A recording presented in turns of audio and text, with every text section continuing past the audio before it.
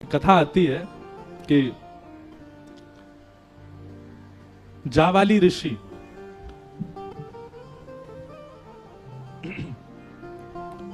उन्होंने सब प्रकार के तप किए, सब प्रकार के यज्ञ किए, सब प्रकार की साधनाएं की। तब उनके मन में भाव आया कि मैं ब्रह्म विद्या की साधना करूं। बहुत ध्यान से सुनिएगा सब लोग। ब्रह्म विद्या क्या है? ब्रह्म विद्या ब्रह्म ध्यान को ही कहते हैं। भगवान नारायण शेषनाग पर पौड़े रहते हैं, नेत्र बंद कर। किसका ध्यान करते हैं? ब्रह्म विद्या। ब्रह्मा जी चतुर्मुख से नेत्र बंद करके ध्यान में बैठे रहते हैं। किसके? ब्रह्म विद्या। देवादिदेव महादेव हिमालय पर बैठ करके घनघोर विपरीत अवस्था में बैठ करके तप करते हैं। किसका स्मरण करते हैं? ब्रह्म विद्या। मतलब देवादिदेव महादेव ब्रह्म भी जिसका ध्यान करें वो है ब्रह्म विद्या। अब ब्रह्म विद्या क्या है? खीर में नमक डालने के समान होगा, उसकी ज्यादा व्याख्या बस बात सुन लो कि ब्रह्म विद्या के चिंतन में पढ़ने के लिए जावाली ऋषि अन्य लोकों में भ्रमण करने लगे और सब जगह से इकट्ठा करने लगे कि ब्रह्म विद्या में मैं कैसे जाऊं। तभी विचरण करते करते किसी लोक में उनको एक परम सुंदरी कन्या दिखाई दी। बहुत ध्यान से सुनना। परम सुंदरी कन्या दिखाई दी और वो कन्या भी ध्यान में बैठी थी। उसका रूप ऐसा, उसके नेत्र ऐसे, उसका सर्वांगीण अंग ऐसा कि कोई भी मोहित हो जाए। जब जावाली ऋषि ने उसको देखा तो देख करके सामने बैठ के उसको देखने लगे तो थोड़ी देर बाद ही क्या होने लगा? उस कन्या के रूप से सहज ही जावाली ऋषि को ब्रह्म का चिंतन होने लगा। जिस चिंतन के लिए युगों युगों की तपस्या फीकी पड़ जाती है, वो तपस्या का भाव उस कन्या के दर्शन मात्र से होने लगा। सहज ही ब्रह्म का स्मरण होने लगा, सहज ही तप बनने लगा, सहज ही योग साधना बनने लगी, सहज ही इंद्रियों पर वशीकरण होने लगा, सहज ही बिना श्वास के जीवित रहने की इच्छा होने लगी, सहज ही बिना भूख प्यास के जीवित रहने का भाव उत्पन्न होने लगा। जावाली ऋषि बोले मैंने तो कुछ किया नहीं है, अपने आप कैसे मेरी साधना बढ़ रही है? तभी उस कन्या ने अपने नेत्र खोले। जावाली ऋषि ने कहा, देवी आप कौन हो? आपका सौंदर्य रूप आदि सब देख करके पहले तो मैं चकित हुआ कि इतनी सुंदर, पर आपका सौंदर्य काम वर्धन नहीं है। आपका सौंदर्य, आपका रूप, आपकी उपस्थिति तो ब्रह्म को प्रकट कर रही है, तप करा रही है, योग निद्रा में डाल रही है, समस्त प्रकार की इंद्रियों के रसों को एकाग्रित कर रही है। आप कौन हो? तो उसने हाथ जोड़ के कहा, मैं ब्रह्म विद्या हूं। जावाली ऋषि चरणों में गिर गए। बोले मैं आपको ही खोज रहा था। जिसका ध्यान देव भी करते हैं, जिसका ध्यान नारायण करते हैं, जिसका ध्यान महादेव करते हैं, वो ब्रह्म विद्या हो। बोले जी। बोले आपको जो स्थिति मुझे देख करके हो रही है, ये ब्रह्म विद्या की प्रारंभिक स्थिति है। योग निद्रा में चले जाना, इंद्रियों को वशीकरण कर लेना, बिना श्वास बिना भूख प्यास के जी लेना आदि आदि। जावाली ऋषि की खूब देर चर्चा चली। तब जावाली ऋषि ने कहा, हम सब ब्रह्म का ध्यान करते हैं, ब्रह्म विद्या का ध्यान करता है, पर आज ब्रह्म विद्या भी किसी का ध्यान कर रही थी। आप किसका ध्यान कर रहे थे? तब ब्रह्म विद्या कहती हैं, आप सुनना चाहते हैं मैं किसका ध्यान करती हूं? बोले किसका, बताओ। बोले निभृत कुंज पे अद्भुत सेज पर श्री प्रिया प्रियतम पौड़े हैं और समस्त सहचरियां सखियां कोई राग गा रही हैं, कोई बीड़ा पवा रही हैं, कोई पंखा जल रही हैं, कोई चवड़ उड़ा रही हैं, कोई इत्र पुचकार रही हैं। इस प्रकार से उस निकुंज का स्मरण, उस निकुंज का चिंतन मैं ब्रह्म विद्या कर रही हूं।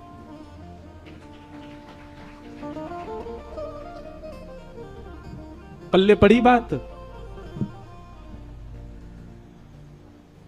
तब जावाली ऋषि कहते हैं, मतलब मैं तो अभी तक मानता था ब्रह्मांड में सबसे बड़ा ध्यान ब्रह्म विद्या का है, लेकिन आज आपको सुनकर के लग रहा है कि आप भी जिसका ध्यान करती हैं तो इसका मतलब सर्वश्रेष्ठ ध्यान वही है। तब ब्रह्म विद्या ने वेद खोला। बोले महादेव मेरा चिंतन नहीं करते, वो मेरा आश्रय लेते हैं कि हे ब्रह्म विद्या आप कृपा करो और निकुंज का दर्शन कराओ।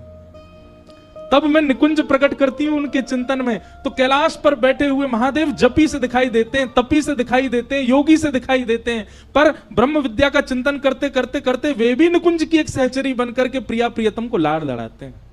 वो उस ध्यान में रहते हैं, गोपी भाव में चले जाते हैं।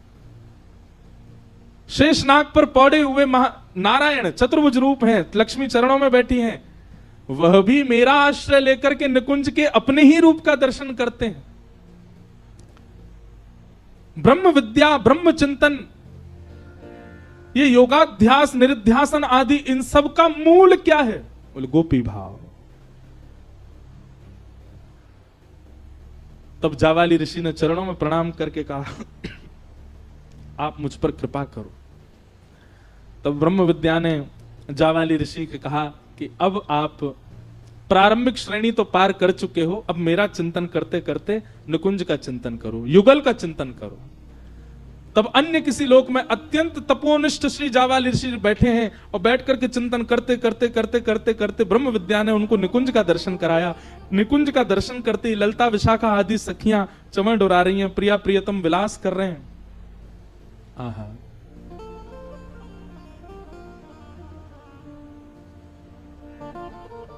बिहरत लाल बिहारी ने दो यमुना जी के तीरे तीरे, बिहरत लाल बिहारी ने दो यमुना जी के तीरे। इतना सुंदर पद है, हमारे हरिदास परंपरा के वैष्णव जन गाते हैं। बिहरत लाल बिहारे ने दो श्री यमुना जी के तीरे तीरे।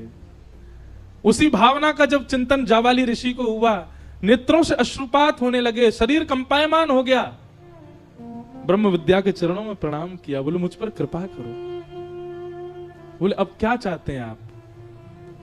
बोले मैंने सखियों को देखा, गोपियों को देखा, सहचरियों को देखा, उनकी सेवा भाव को देखा, पर अब मैं सेवा देख करके संतुष्ट नहीं हो पा रहा हूं, तो अब क्या चाहते हैं? बोले मुझे ब्रजमंडल भेज दो कोई गोपी बना करके। तब कितने करोड़ अनुष्ठान युगल मंत्र के करने की आज्ञा दी, उतने करोड़ अनुष्ठान उन्होंने किए। और उसके बाद धनिष्ठ गोप नाम के एक गोप हुए, उनके यहां पर जावाली ऋषि एक गोपी बनकर के आए और फिर उन्होंने श्री प्रिया प्रियतम का साक्षात्कार किया। और हम ऐसे इस गोपी बन जाते हैं। मैं ये बात समझाना चाहता हूं, जिन गोपियों के भाव को हम कल से सुनते आ रहे हैं, जिन गोपी के प्रेम की भावना में हम यहां बैठे हैं, जिन गोपियों की चर्चा के लिए 4 दिन हम लोग यहां, उसके लिए भूल से भी मत सोच लेना कि वह भाव हमारे चित्त में इन 4 दिनों में आ जाएगा। हम जो कर रहे हैं वो आडंबर मात्र है। वह भावना, उससे ठाकुर जी रीच क्यों नहीं रहे? फिर उससे ठाकुर जी प्रकट क्यों नहीं हो रहे? क्यों लीला का दर्शन नहीं करा रहे हमको? हमारे अंदर भावना है ना गोपी की, केवल परत मात्र चढ़ा रखी है गोपी की, भावना तो अभी आई नहीं है। और आ गई तो स्थिति देखना क्या होगी। भोरी सखी कहती हैं, बस्ती छोड़ एकांत बिठावा बातन सो घबराई। ऐसे हो जाएंगे, हम बस्ती में बैठ ही नहीं सकते। हाँ, मैं स्वीकार कर रहा हूं कि वो भाव अभी हमारे चित्त में नहीं आया, इसीलिए इतनी भीड़ के सामने कथा कर रहे हैं। जिस दिन वो भाव आ गया, अदृश्य हो जाएंगे, मिलेंगे ही ना। ढूंढते कहां गए इंद्रेश जी? जादना वो भाव आ गए, मिलोगे नहीं किसी को। बातन सो घबराई। अभी हमको चुटकुल्ला सुनने में मजा आता है, हास्यपद बातों में आनंद आता है, एक दूसरे के संग क्रीड़ा कर रहे हैं, आदि आदि सब बातें बढ़िया लगती हैं। गोपी भाव आ गया तो बातन सो घबराई, मुझसे कोई बात ना कर ले। क्यों? एकांत। बातन सो घबराई भोरी ऐसे दुख बिन प्यारी, जीवन व्यर्थ गवाही, ऐसो दुख दी जो ही अमाई।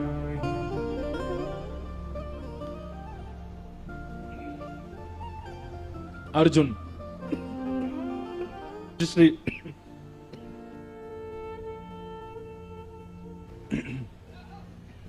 पूज्य श्री मलुक पीठ वाले महाराज जी से एक बार एक प्रसंग सुना था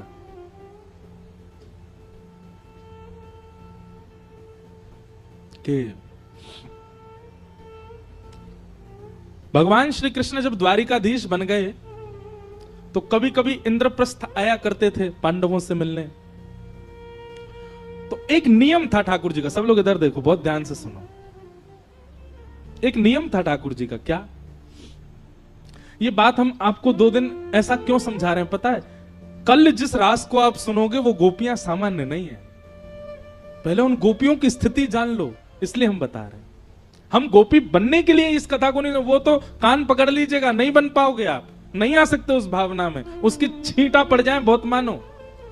तो कल रास का प्रसंग सुनते समय आपके चित्त में ये होना चाहिए कि ये गोपियां सामान्य नहीं है, जिनके चरण ठाकुर जी पकड़ रहे हैं, जिनका हाथ लेके ठाकुर जी डोल रहे हैं, जिनको अपना अपना उच्छिष्ट पान ठाकुर जी खवा रहे हैं और नेक खवा के फिर उन्हीं को उच्छिष्ट स्वयं भी पा रहे हैं, जिनके गले में गलवैया डाल के ठाकुर जी घूम रहे हैं। शरद पूर्णिमा की रात्रि में रात भर ठाकुर जी नृत्य कर रहे हैं, आज भी करते हैं, वृंदावन में आज भी रास चल रहा है। वो गोपियां सामान्य नहीं है, तो उनकी असामान्यता चित्त में आपके व्यवस्थित हो, इसलिए हम ये सब बात बता रहे हैं।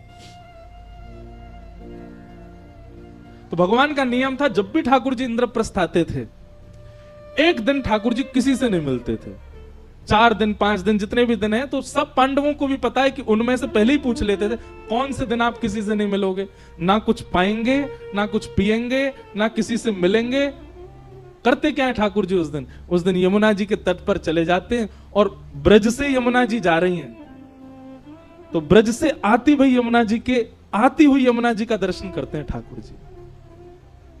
और श्री यमुना जी को बार बार देखते हुए ठाकुर जी नंद, यशोदा, गोपी, ग्वाल, श्री जी, किशोरी जी सबको देखते हैं।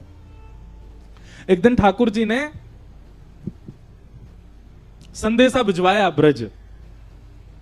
कोई ऐसी भावना, ये भी कहीं सुनी हुई कथा थी कि सब ब्रजवासियों को जाके एक भाव कह दो, कहा कि श्री यमुना जी में स्नान कियो करें, नित्य सब करती हैं ब्रजवासी।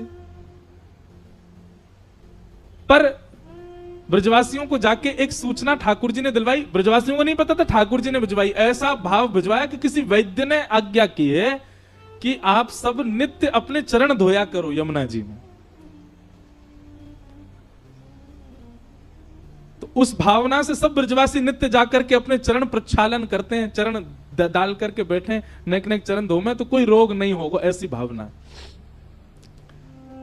लेकिन वो ठाकुर जी अपने लिए करवाते हैं। जब यमुना जी बहती भई इंद्रप्रस्थ आती हैं, पूरे दिन ठाकुर जी केवल दर्शन करते रहते हैं यमुना जी का, और उनके सुंदर जल को अपने साथ ले जावे, उनके सुंदर जल को कभी शीश से लगावे, बैठे बैठे कभी भाव आ जाए नेत्रन से लगावे, बैठे बैठे कभी हृदय से लेकर के जैसे कोई लेप लगावे, ऐसे ठाकुर जी यमुना जल को लेप अपने वक्ष पर करें, अपने सर्वांगीण अंग में।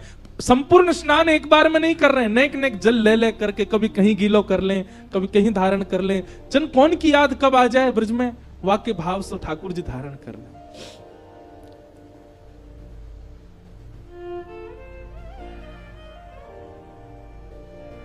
और ठाकुर जी गाते हैं बैठे बैठे यमुना तट पर, राधे राधे करुणामयी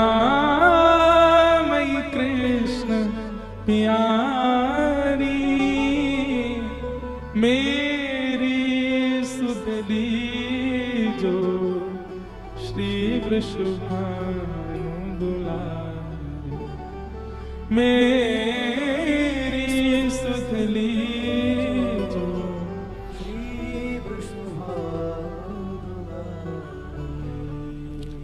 हे मनोहारिणी रासेश्वरी रस रूपा,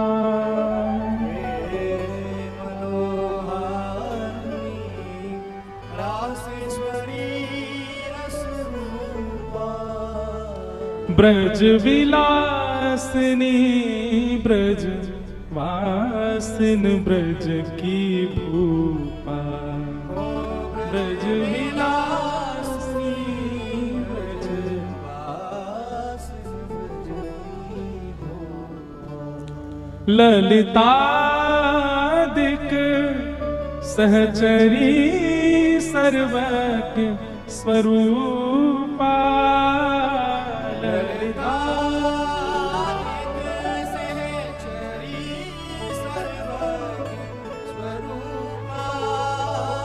मेरी सुधली जो श्री वृषभानु दुलारी। मेरी सुधली जो श्री वृषभानु। ठाकुर जी का नियम है, जब भी इंद्रप्रस्थ आते हैं। किसी ने मुझसे प्रश्न किया, बोले ठाकुर जी ब्रज काय गुना चले गए? क्योंकि अब यदि ठाकुर जी दोबारा ब्रज जाते, देखो ब्रज की भावना अलग है, शास्त्रीय भावना अलग है। हमारे ब्रज की भावना से तो ठाकुर जी कभी गए ही नहीं, ठाकुर जी सदा ब्रज में ही रहे में। लेकिन शास्त्रीय बात और श्रीमद् भागवत जी की भावना से ठाकुर जी गए हैं। तो अगर भागवत जी की भावना से हम चर्चा करें कि ठाकुर जी गए, तो फिर वापस क्यों नहीं आए? ठाकुर जी के मन में यह बात थी कि अब के अगर मैं गयो तो कभी आ नहीं पाऊंगा, और ठाकुर जी को आना ही नहीं है। ठाकुर जी बोले अगर मैं गयो तो मैं आना ही ना चाहूं, मैं वो कहना छोड़ेंगे, मैं खुद नहीं आऊंगा। और दूसरी बात, अब इतना प्रपंच बाहर हो चुका है, द्वारिका आदि महाभारत आदि का ये सब इतना फैलावरा फैला चुके हैं। अगर ब्रज गए और कहीं वापस आना हुआ, तो पिछली बार तो ब्रजवासी रोए थे, पिछली बार तो ब्रजवासी बिलके थे, अब की बार अगर जाके वापस आया तो प्राण ही त्याग देंगे। ठाकुर जी वो देख नहीं पाते, इसलिए ठाकुर जी विरह में ही रह रहे हैं। लोग कहते हैं ठाकुर जी हमको इतना विरह क्यों देते हैं? क्योंकि स्वयं ठाकुर जी भी ब्रजवासियों के विरह में रहे हैं। तो नित्य ठाकुर जी का नियम है, जमुना जी पे बैठ जाते हैं और यमुना जी का दर्शन करते हैं। एक दिन अर्जुन के मन में बात आई कि ठाकुर जी एक दिन हर बार इंद्रप्रस्थ आते हैं, किसी से मिलते जुलते नहीं, मैं देखूं तो ये करते क्या है। और ब्रह्म मुहूर्त में जैसे ही ठाकुर जी निकले, ठाकुर जी के पीछे पीछे अर्जुन भी निकल पड़ा देखने के लिए। और तभी ठाकुर जी यमुना जी के तट पर जाकर के बैठे, यमुना जल को बार बार आचमन करें, जब बार बार प्रणाम करें और बिलक बिलक करके रोवें, ब्रजवासिन की याद आवे। ठाकुर जी को रुदन करता देख अर्जुन स्वयं को रोक नहीं पाए और दौड़ करके गए और ठाकुर जी के चरणों में प्रणाम किया। भगवान बोले अर्जुन तुम क्यों आए यहां पे? मेरा नियम है ना, मैं किसी से, तुम क्यों दिखे मुझे? अर्जुन बोला क्षमा कर दे, मैं तो देखने आया था आप कहां जाते हो, पर नाथ आपकी स्थिति देख करके मैं बहुत भयभीत हो रहा हूं। ये आप कैसे रुदन कर रहे हैं? आपकी स्थिति क्या हो रही है? किस लिए हो रही है? क्या बात है? किस बात से परेशान है आप? ठाकुर जी ने बताया मुझे ब्रज की बहुत याद आती। देख रहे हो यमुना जी ब्रज से ही आ रही हैं, वृंदावन से ही आ रही हैं चल करके।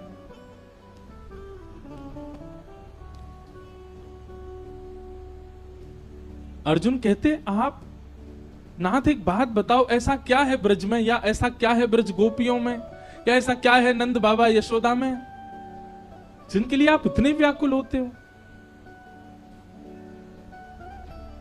ब्रज में ऐसा क्या है जो आप ऐसे हैं? ठाकुर जी बोले पहले उद्धव को भेजा था मैंने, अब मैं बार बार थोड़ी भेजता रहूंगा। उद्धव तो संभल के आ गया 6 महीना में, शाम तक के लिए बोल के गया था, 6 महीना में लौट के, अब तुझे भेज दूंगा तो तू तो हो सकता वापस ही नहीं आवे।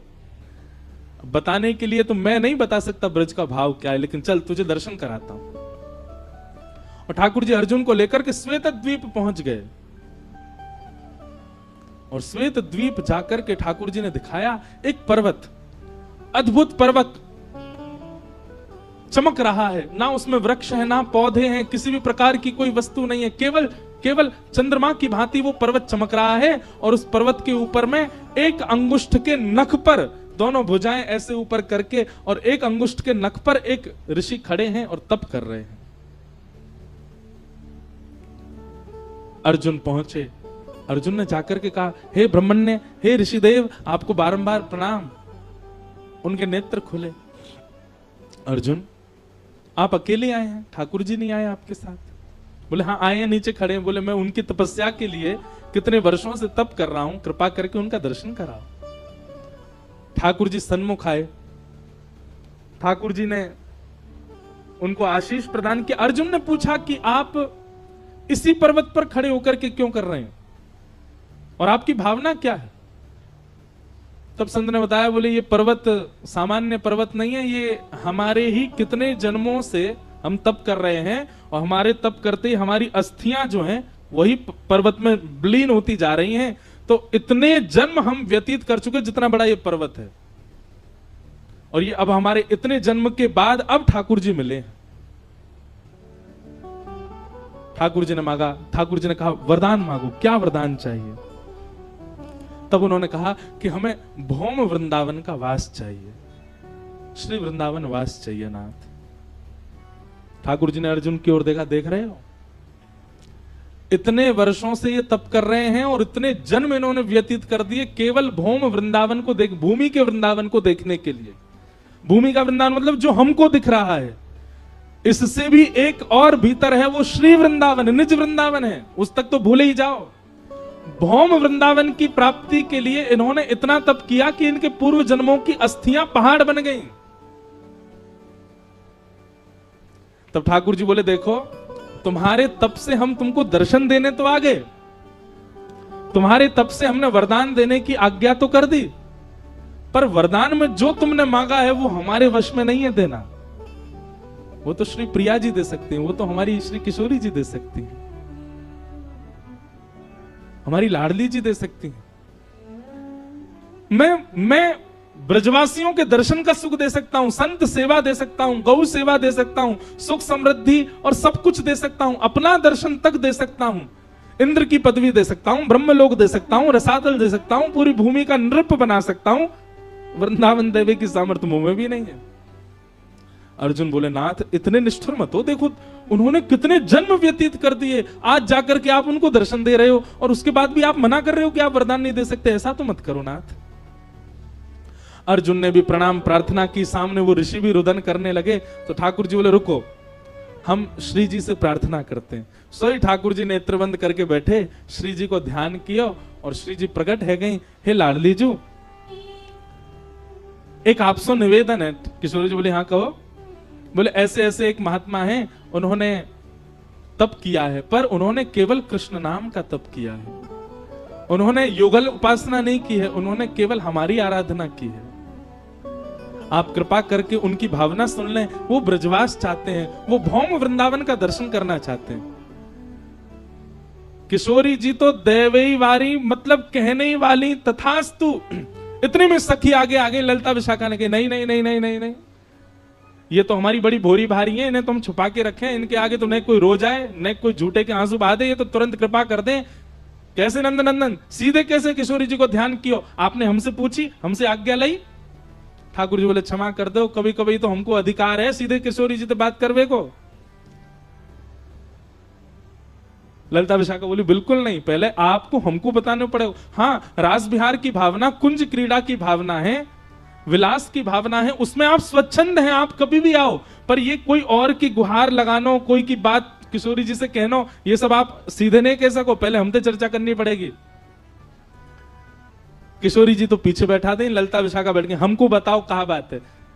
ठाकुर जी ने बताई, इतने वर्षन से तपस्या कर रहे हैं, इतने जन्म व्यतीत कर दिए, इनको भौम वृंदावन का दर्शन करना है, भौम वृंदावन का वास करना है।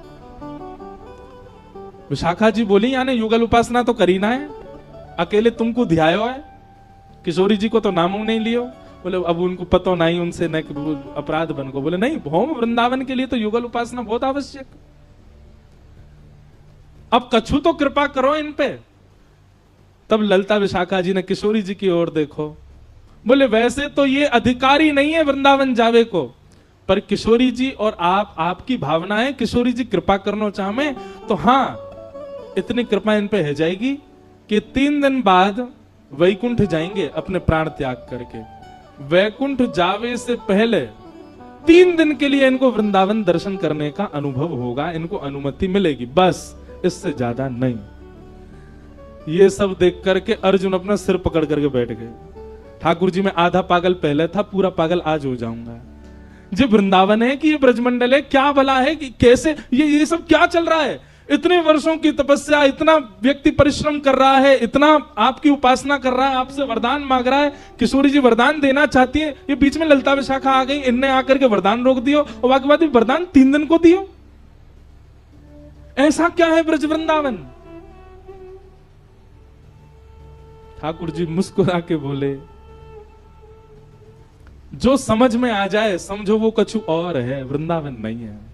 और जो पल्ले ही ना पड़े, जो चित्त में ही नहीं आवे, जो समझ में ही नहीं आवे, वही प्रेम नगर हमारो वृंदावन है। वृंदावन सामान्य नहीं है। सोचो, इस कथा को सुन करके सोच के क्या भावना उत्पन्न हुई। हम खा रहे हैं, हम पी रहे हैं, हम सो रहे हैं, हम डोल रहे हैं, हम पाप भी कर रहे हैं इस भूमि में आकर के, जहां अनंत कोटि जन्मों तक तप करने के बाद केवल 3 दिन का दर्शन प्राप्त होता है, वहां हम ये सब क्रिया कर रहे हैं। तो या को मतलब हमने कितनों तप किया होगा, कितनी भजन साधना करी होगी, कितनों यज्ञ नेम किए होगो। और आपसे भी ज्यादा तो जाको जन्म वृंदावन में भयो, ब्रजवासी है, वहां पर कितनी बड़ी कृपा है ब्रज की। और फिर भी हम ब्रज महिमा नहीं जान पा रहे, ब्रज के भाव नहीं जान पा रहे। इतनो अनुग्रह, इतनी कृपा, इतनी मिन्नत करनी पड़े तब जाकर के श्री ब्रज में 3 दिन को दर्शन प्राप्त हो गए। हम तो यहीं रह रहे हैं। यहां को मतलब किशोरी जी, ठाकुर जी ने कितना बड़ा अनुग्रह किया हमारे ऊपर। और वहां में भी गोपी भाव, जो सर्वोत्कृष्ट भाव है, सर्वोच्च भाव है। हम ब्रज में आ गए, ब्रज में जन्म ले लियो, ब्रज में रह रहे हैं, यही बहुत बड़ी बात है। गोपी भाव तक पहुंचना तो बहुत ही मुश्किल है। गोपी भाव तक आ जाना तो अति दुर्लभ। इसीलिए प्रथम सखिन को पूजिए, प्रथम सहचरीन को पूजिए, प्रथम गोपीन को पूजिए, पांचे राधा कृष्ण ध्याइए। बाद में उनसे प्रार्थना करो, क्योंकि जब तक इनकी कृपा नहीं होगी, इनको अनुग्रह नहीं होगा, ये हम पर आनंदित नहीं होंगे, तब तक ब्रज वृंदावन प्राप्त ना हो सके।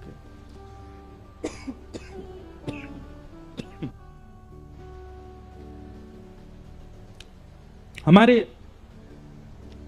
स्वामी श्री हरिदास जी के प्रादुर्भाव की कथा में, स्वामी श्री हरिदास जी के प्राकट्य के भाव में भी यही भाव प्रकट होवे। जब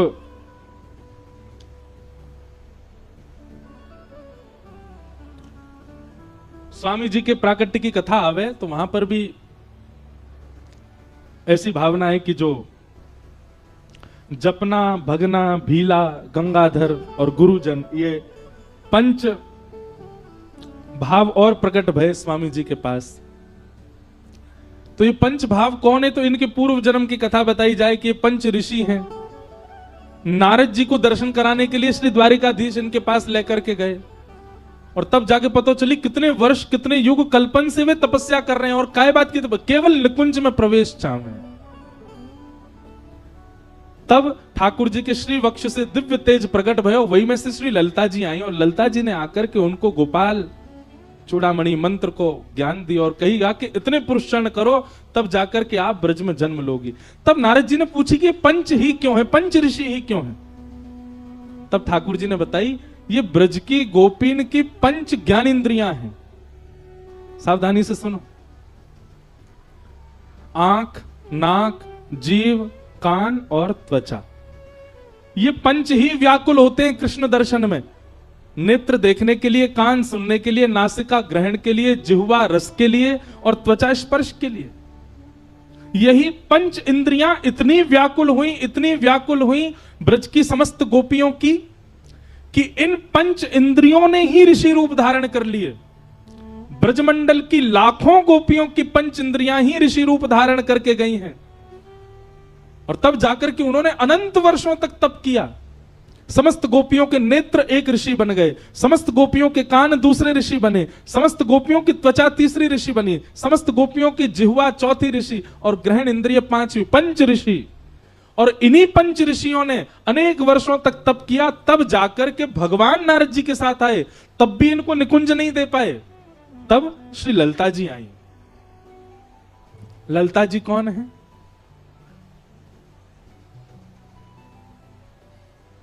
आहा, बहुत सुंदर वर्णन है। एक दिन निकुंज में किशोरी जी बैठी हैं, और किशोरी जी बैठी तो वह समय ठाकुर जी को आगमन भयो, और ठाकुर जी किशोरी जी से बोले, हे श्यामाजू, मेरा तो मन है रो कि आज आपको श्रृंगार मैं करूं। किशोरी जी बोली, हाँ करो। तो ठाकुर जी अपने हाथन से श्रृंगार कर रहे हैं, किशोरी जी के पत्रावली बना रहे हैं, बैणी गूथ रहे हैं।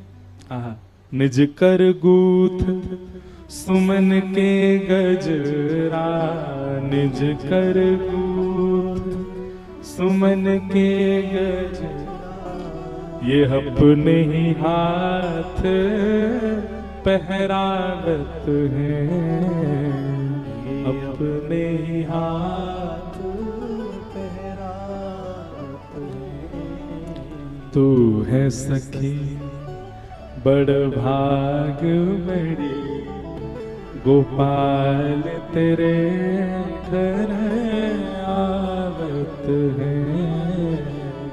तू है सखी बड़ भाग बड़ी, नंदलाल तेरे घर आवत है।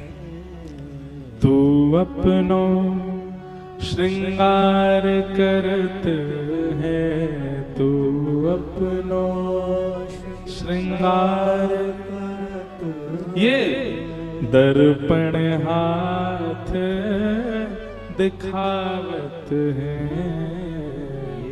दर्पण हाथ दिखावत है।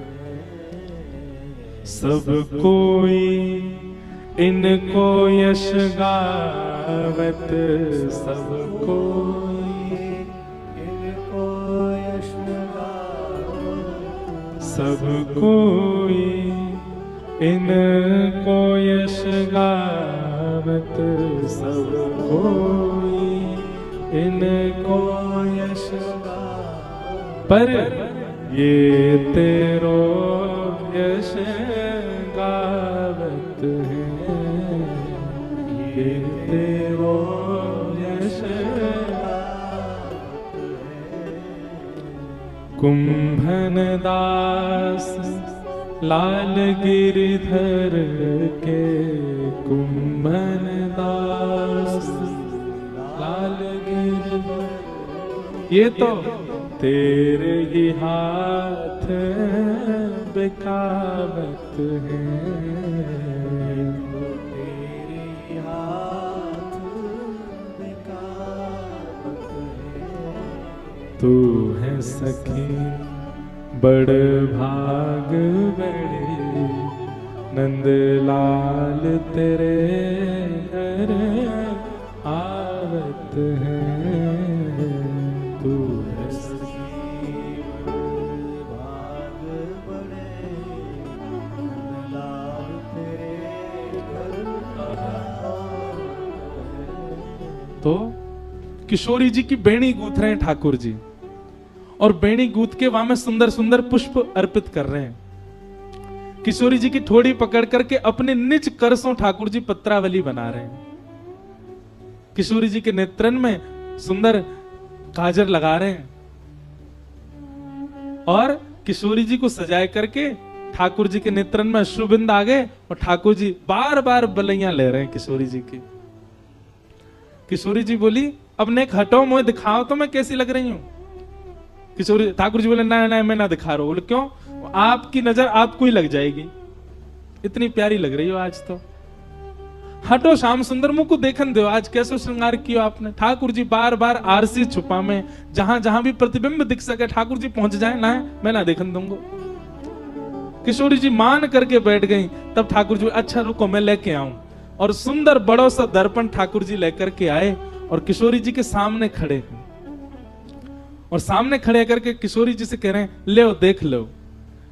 अब किशोरी जी ने जब अपना श्रृंगार का रूप देखा, तो किशोरी जी को अपनी सुंदरता पर नहीं रीझ रही है। वो उनके मन में बार बार ये भावना आ रही है कि ये बिंदी श्याम सुंदर ने धारण कराई है, ये पुष्प यहां इतना प्यारो लग रहा हो, श्याम सुंदर ने ऐसी उंगली करके यहां धारण करायो, ये बेणी इतनी सुंदर लग रही है, अपने निज कर से गूंथी है, ये काजर इतना सुंदर लग रहा है, लाला ने अपनी उंगलीन ते मेरे आंखन में भरो है। उनको यह भाव नहीं आ रहा कि श्रृंगार कितना सुंदर, उनको बार बार मन में आ रहा है कि यह भाव ऐसे धारण कियो, यह भाव ऐसे धारण करायो, यह तो ऐसे धारण करायो। श्याम सुंदर ने अपने रूप को देखते देखते देखते देखते देखते किशोरी जी मोहित हो गए, अपने रूप पे ही मोहित हो गए। लाल जी आरसी ले जाए, किशोर कहां ले जा रहे हो, सामने ही रखो ना, देखन दो, थोड़ी देर और देखन दो, थोड़ी देर और निहारन दो, थोड़ी देर और दर्शन करन दो। कृष्ण श्रृंगारित श्री राधा का दर्शन करते करते करते करते इतनी आह्लाद में आ गई, इतने आनंद में आ गई, इतनी व्याकुलता होने लगी श्री जी को कि कृष्ण चले जाएं तो व्याकुलता नहीं हो रही है, लेकिन आरसी में जो अपनो प्रतिबिंब दिख रहा है वो मेरे सामने से नहीं जाना चाहिए। अब तो शाम को समय है गयो, अब तो अन्य कार्य के लिए जानो पड़ेगा, सोनो भी पड़ेगा, और या आरसी से दूर ही जानो पड़ेगा, और या आरसी से दूर जावे की अब स्थिति मेरी है नहीं तो कहा करूं। किशोरी जी अपने रूप को देखते देखते इतनी तन्मय है गई, हे ललिते तुम कितनी मधुर हो। किशोरी जी के हृदय की भावना कि ये रूप मेरे सामने निरंतर बनो रहे, ठाकुर जी ने किशोरी जी के मन की भावना को पूर्ण कर दिया, और किशोरी ठाकुर जी के द्वारा श्रृंगारित श्री राधिका का जो प्रतिबिंब है वही प्रतिबिंब प्रकट हो गया, और वही श्री ललिता जी के रूप में किशोरी जी की सहचरी बनी, वही ललिता जी। ललिता जी की उपमा क्या है? ब्रजवासी और गोपीन को मोहित करें श्याम सुंदर, श्याम सुंदर को मोहित करें किशोरी जी, और किशोरी जी को भी जो मोहित करे वो श्री ललिता जी, वो श्री हमारी ललिता जी।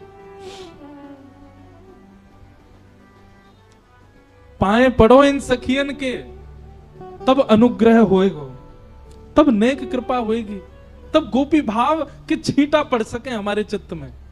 ये गोपी बननो इतना सामान्य नहीं है, इतना सहज नहीं है जितना हमने सोच लियो है।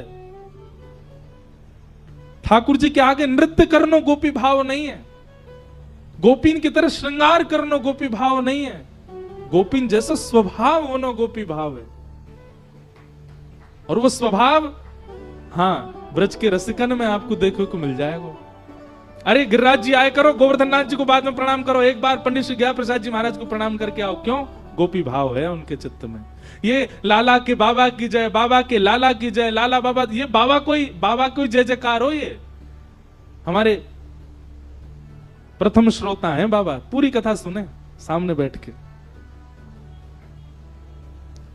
पाए परो इन संतन के, रसिकन के।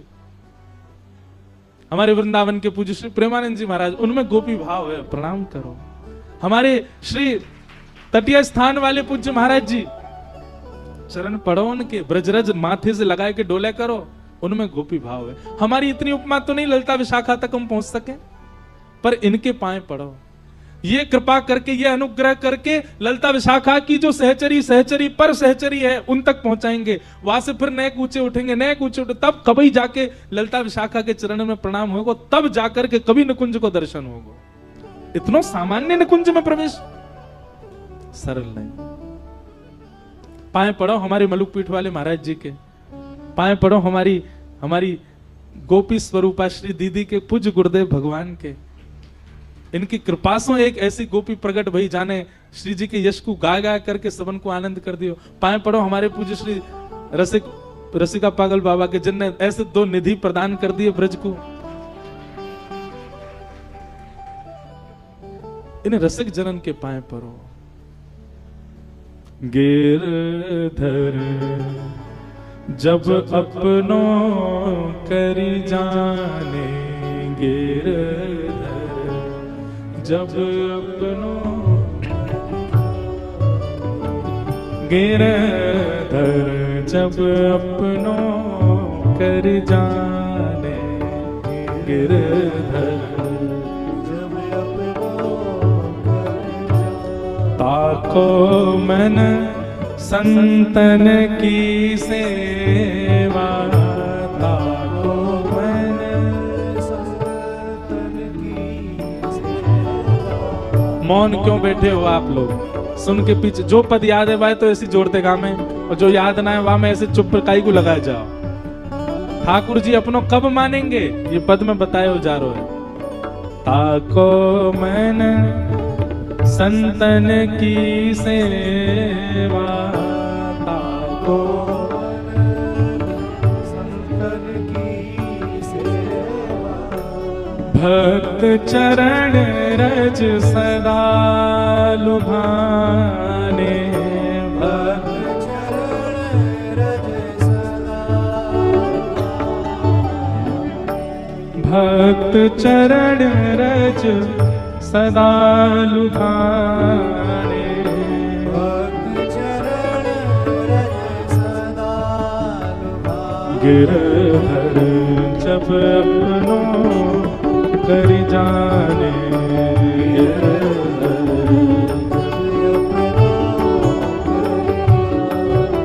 हे गिरधर जब अपनों कर जाने,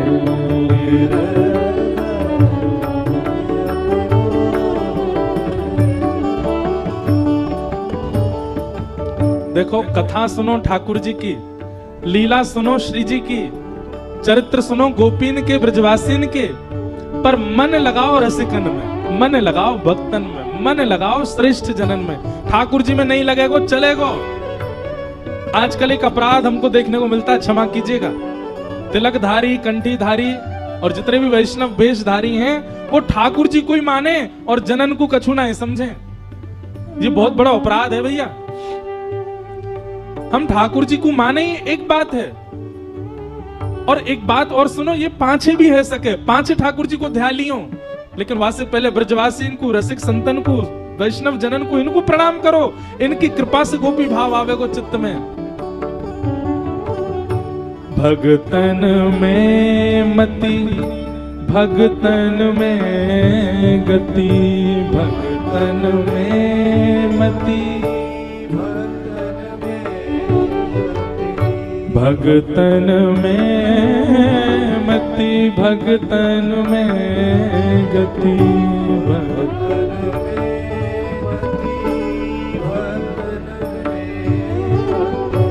हरिजन हरि एक कर मानो, हरिजन हरि एक। कभी कभी एक काम करे करो, ब्रज में आए के